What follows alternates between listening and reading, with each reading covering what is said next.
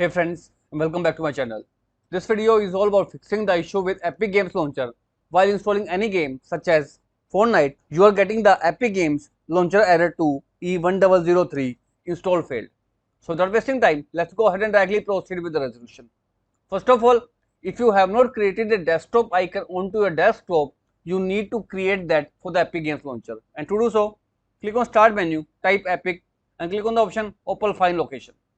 Again right click on it and choose the option Open File Location. Now here is the Epic Games Launcher. Now you need to right click on it, select Show More Options. Now click on Send To and click on the option Desktop. Once the shortcut is created, right click and go to its properties. Now you will find a target option.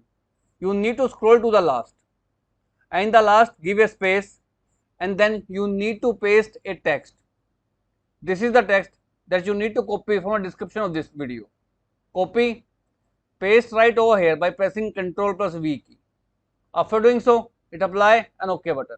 Now you need to launch the Epic Games Launcher using this shortcut only and the issue will be fixed. Although, if this failed to work out, in next step, go to settings, click on apps, choose installed apps. Now in the search box, type in Epic. Once you find Epic Games Launcher, you will find two services. One by one, click on this three dot icon and choose the option uninstall. You need to uninstall both these programs and then you need to download the legacy version of the Epic Games Launcher. And to do so, here is the official website.